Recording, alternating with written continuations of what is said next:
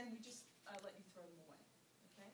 So we say okay, and then right then and there, you should sign off your meds. Okay? Just sign down that you gave each one.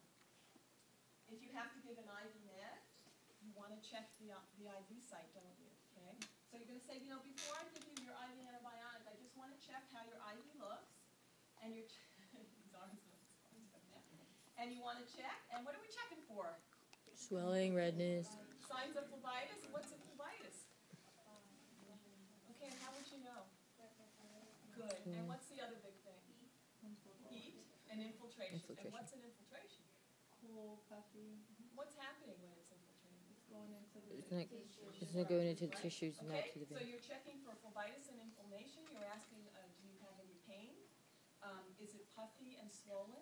Does it feel cold? Does it feel hot? Are there red streaks? Any of those, it's not okay to go on. Okay? So you just say, how does this feel? Any pain or problems? Oh, no, it feels great. Okay, it looks good. No redness, no inflammation. So I'm ready to hang my IV. Okay?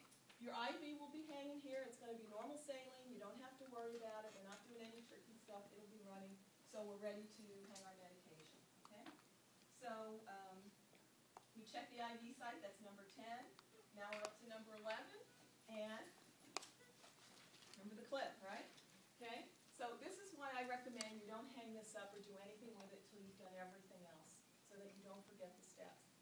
You can leave it on the table. Because I find when students come right in here and they start hanging the IV, they get totally fascinated by the pump or worried about the pump, and they forget. They become pump obsessed, and what happens, they forget to check the armband, they forget about allergies, they forget to check the site, and that's a flunk. It's unsafe.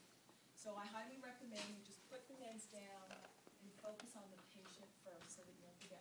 Okay, where's the clip go? You remember this, right? Mm-hmm. It goes on the primary. Why? So it can be lower than Lower than Why do we the have to lower it? gravity. Because what decides which of these two run? Right. The one that's higher gets the priority, right?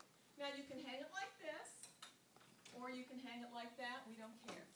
I think in the hospitals they use a different clip and they usually hang it real low. Okay, so if we're using the white clip with the Alaris pump, it's low. I don't care. As long as it's on the clip, that's correct. Then what's my next step? Where does this go?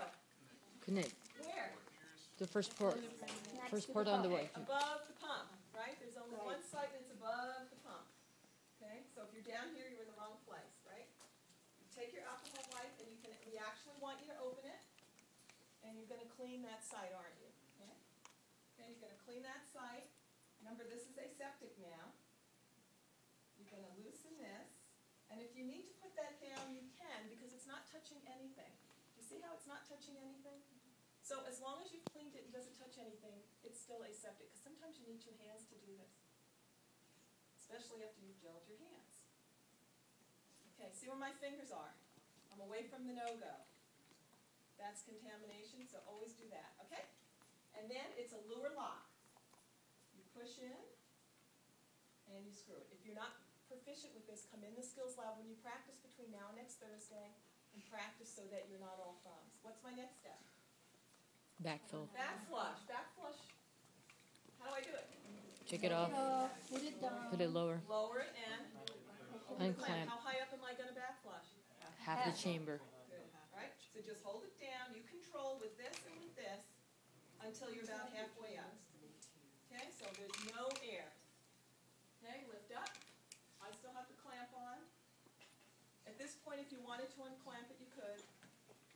And now my last step is what? Set the pump.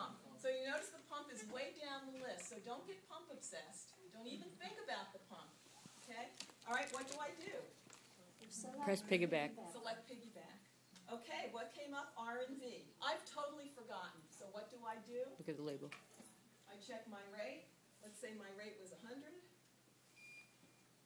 I go to my volume. You can either go up and down or rate and volume. Let's say my volume was 50. I press start and open my clamp, and then I stand here and I watch it drip. Okay? It may take a little while. If you don't see it drip, something is wrong. Don't just proceed.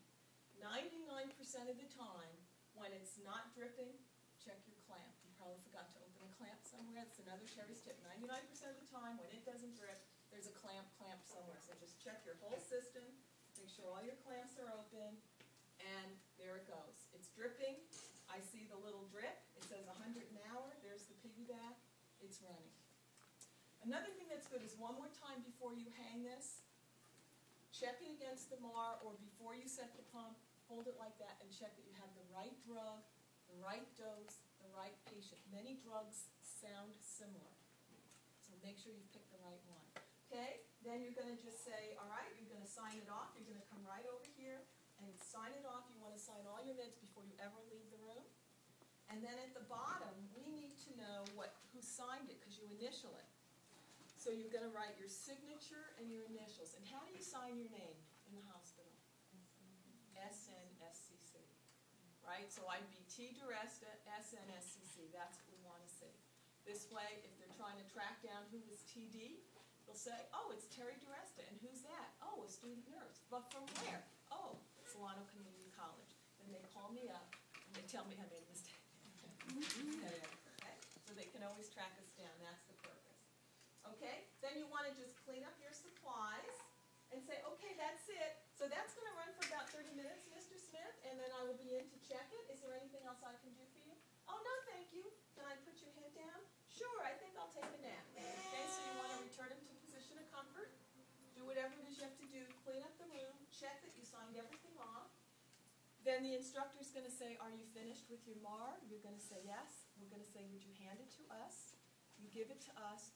We look at it. You go to your next patient. Then you go back to the med room and you start patient number 2. Same thing.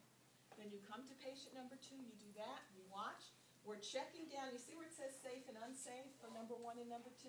So we go down your first patient and you're either safe or you're not, and then we go to your second and you're safe or you're not. Then when you're done with the second one, we sit you down and we say, congratulations, you passed, sign right here, or I'm sorry, you didn't pass, this is why, and we need to schedule for a retest. We will give you feedback, even if you did pass. If there are things you could have done better when you go into the hospital, because this is what this is all about, we'll say, you passed, but here's some things that you almost missed this, or this would be a better way, or you know what, you did it outstanding and you're ready, you're good to go. I don't see any problem with you in the hospital. I think you're good. This is a chance for us to see your technique and to give you feedback before we even go to the hospital on things that we need to look for. Yeah? When I have to choose which patient who is first, do I have to consider their condition? No, it's your choice. You're not No. testing on No, this? we're not testing for Okay. that. This is very basic. Let's talk about unsafe. What do you think would cause an unsafe, which would mean you would